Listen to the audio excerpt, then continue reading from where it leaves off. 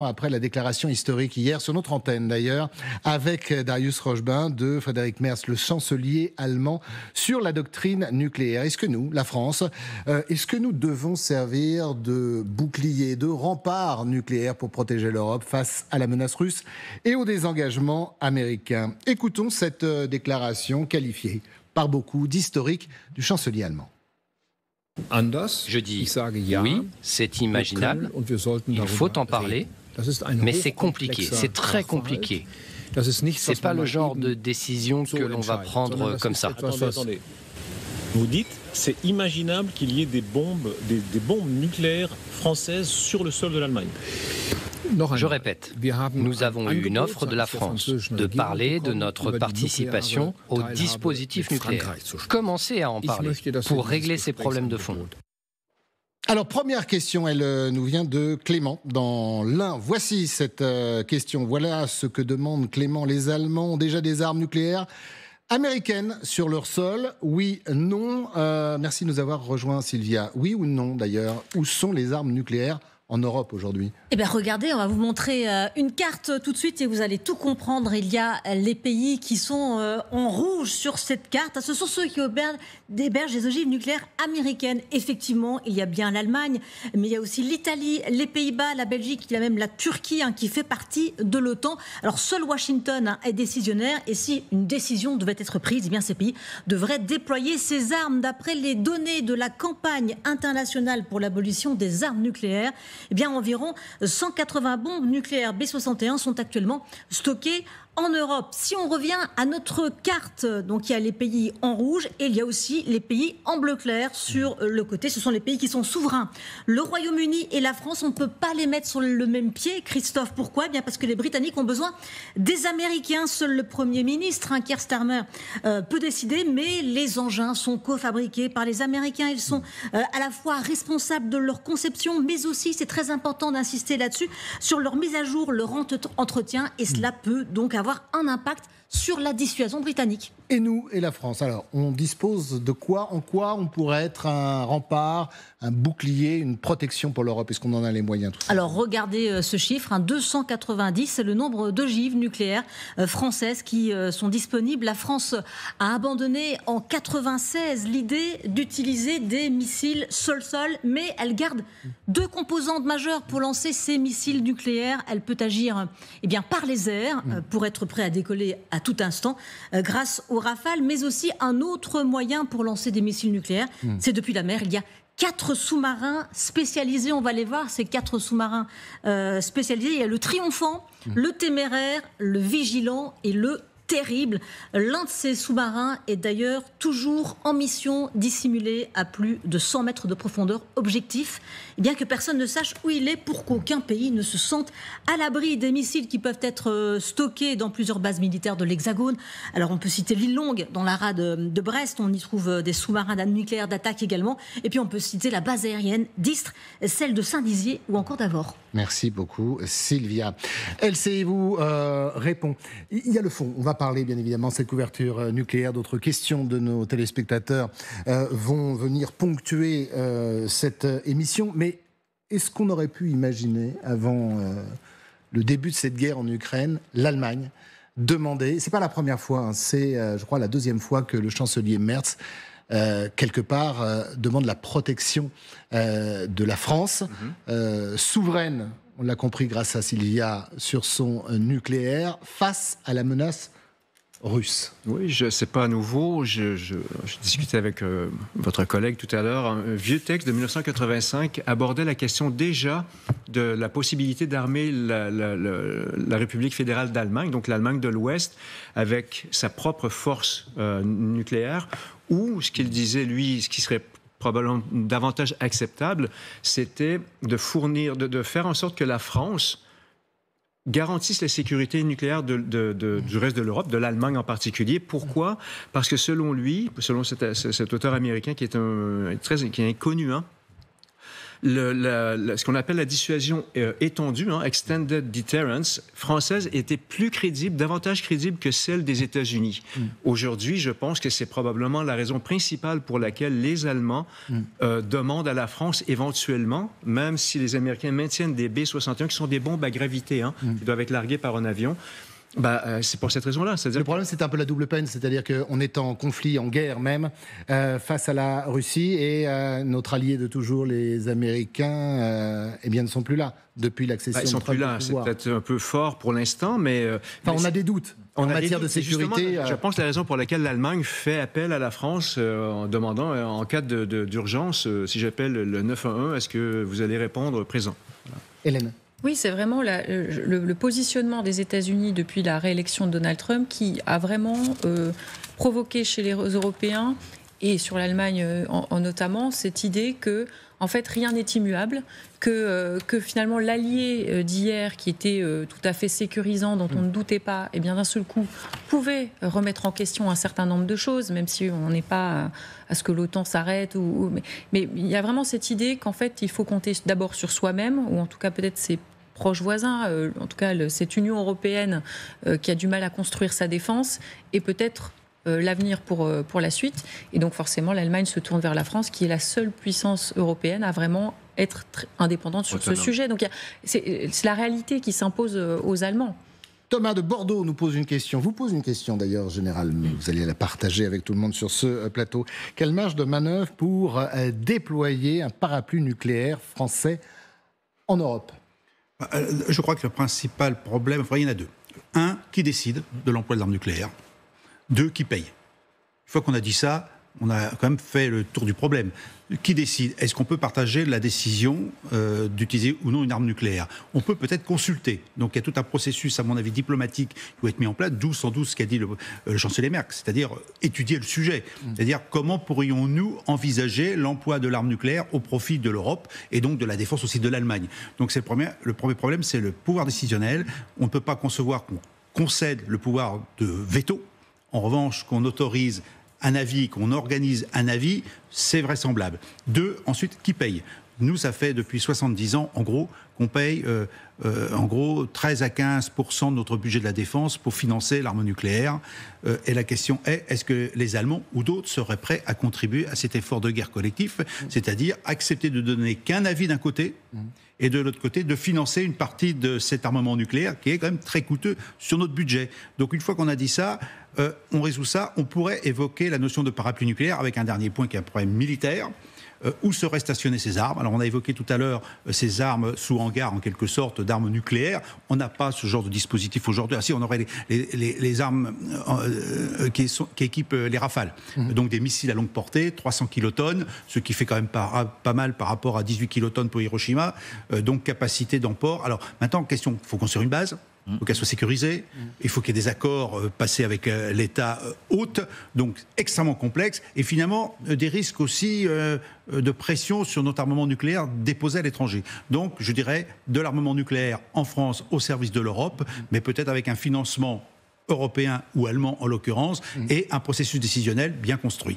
C'est possible, ça c'est intéressant, ça veut dire que l'idée est possible. Alors, sous votre contrôle, mon cher Julien, le président Macron a accueilli plutôt favorablement, parce que hier c'était aussi l'occasion, lors de ce sommet, de ce conseil, quelque part, des ministres, puis un conseil de sécurité juste derrière, de renforcer cette coopération. Oui, on a vraiment l'impression que l'Allemagne et la France sont les moteurs de cette sécurité. Alors c'était déjà une petite musique qu'avait entonné Emmanuel Macron, déjà je crois il y a 4-5 ans, c'était son grand discours à l'école de guerre. Il était allé sur ce terrain-là lui-même, Emmanuel Macron. Sur ce côté, l'Allemagne, la France, cette dissuasion nucléaire française devenant européenne, le Télégraphe avait déjà fait fuiter quelques positionnements au printemps dernier. Le chancelier, vous le disiez, c'est la deuxième fois, puisqu'il avait déjà mis une pièce dans la machine il y a quelque temps. Donc ce qui était courageux, c'était sous votre contrôle lors de sa campagne électorale. Donc effectivement,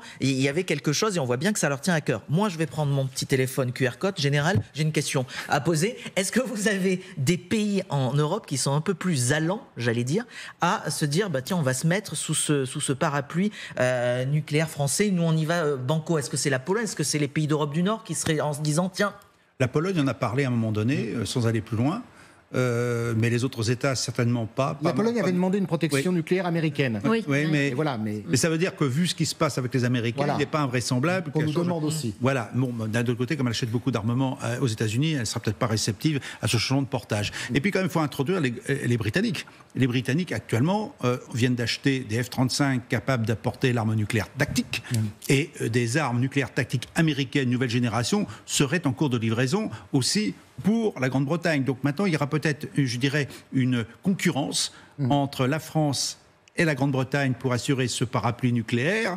Peut-être d'ailleurs qu'il y aura un accord de part et d'autre pour travailler ensemble. Mais ce que vous avez évoqué tout à l'heure, c'est ce contrôle, je dirais, américain de l'usage des armes qui va se poser. Parce que n'oublions pas que dans les sous-marins nucléaires britanniques, il y a un officier américain qui valide ou non l'emploi de l'arme nucléaire, et que les missiles des sous-marins nucléaires britanniques sont fabriqués effectivement aux États-Unis. Les sous-marins sont britanniques, mais les missiles sont américains. Donc ce contrôle sont britanniques. Le missile est américain. Autre question, Quentin.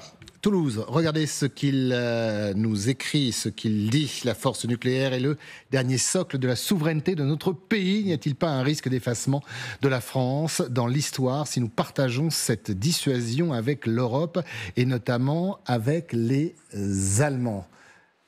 Il a raison, Quentin. Il n'a pas tort. Il n'a pas tort. Quentin n'a pas tort. Il n'a pas tort. Donc on est sur un vrai sujet. On est sur un vrai sujet et ça revient à ce que j'ai évoqué tout à l'heure sur les conditions de ce partage. Qui va décider, sous quelle forme, qui va payer, jusqu'à combien, parce que qui commande paye, comme on dit chez nous. Donc si les Allemands payent, et beaucoup, ils ont plus de moyens que nous, peut-être que ce sera un moyen de pression. Ça fait beaucoup de facteurs, mais d'un autre côté, est-ce qu'on peut s'affranchir aujourd'hui de cette sécurité collective au niveau nucléaire sans faire un effort? Il faudra mettre, je dirais, des garde-fous pour être sûr que la dissuasion nucléaire française ne passe pas aux mains des Allemands, notamment. Ce qui est quand même incroyable, c'est que, est-ce qu'on se serait imaginé, il y a encore 3 ans avant le début de cette guerre, un peu plus de 3 ans maintenant, que la dissuasion nucléaire reprenne à ce point de l'importance aujourd'hui face à une Russie guerrière et à des États-Unis qui n'ont plus rien d'allié? Là, je ne réponds pas à ce que vous dites. Je voudrais répondre à monsieur Mais répondez à Quentin de Toulouse. C'est ça qui est important. Il me semble que ce qui est impliqué dans le package entre l'Allemagne et la France, ce serait plutôt le ASMP, le air sol moyenne portée. Le problème pour les Allemands, c'est qu'il n'est pas assez flexible. Vous disiez 300 kilotonnes. Il me semble qu'il y a une version à 100 kilotonnes, mais c'est beaucoup trop puissant. Et où les Américains pourraient revenir dans l'équation, c'est qu'ils ont vendu des F-35 à l'Allemagne et la B-61/12, elle a un thermostat. Ok, on peut la faire, on peut aller jusqu'à 100 kilotonnes, mais aussi de 8 à 100 kilotonnes. Et les F-35 allemands sont fabriqués pour pouvoir transporter cette bombe. Et donc, à mon avis, encore une fois, les Américains feront probablement tout ce qu'ils peuvent pour éviter qu'il y ait une dissuasion nucléaire européenne autonome, avec la France qui pourrait éventuellement peut-être modifier les systèmes d'armes. On peut se passer des Américains? Tiens, voilà la question. Je pense qu'on pourrait se passer des Américains, mais est-ce que les Européens le veulent? Je ne suis pas certain. Le général parlait des Polonais. Les Polonais sont plutôt sensibles, je pense, à la dissuasion française élargie, mais ils préfèrent avoir les Américains. Pourquoi? Souvenons-nous de la Deuxième Guerre mondiale. Pour en revenir à l'armement nucléaire américain, c'est plus pour l'usage sur le champ de bataille. Oui. Nous, on parle bien de dissuasion, c'est-à-dire empêcher la guerre. Et le 300 kilotonnes, c'est bien pour empêcher la guerre. C'est-à-dire que si vous dépassez telle frontière ou telle limite, dans les quelques jours qui viennent, nous sommes capables de vous nucléariser. Ce n'est pas rechercher la bataille nucléaire, c'est d'empêcher la guerre. C'est la différence avec l'arme américaine. Mais les Allemands reprochent justement à l'armement français de manquer de flexibilité. Donc. On va partir à Vielle-Saint-Giron. On retrouve Dominique et cette question. Alors voilà, c'est court, vous allez le voir, mais en fait, Dominique dit tout.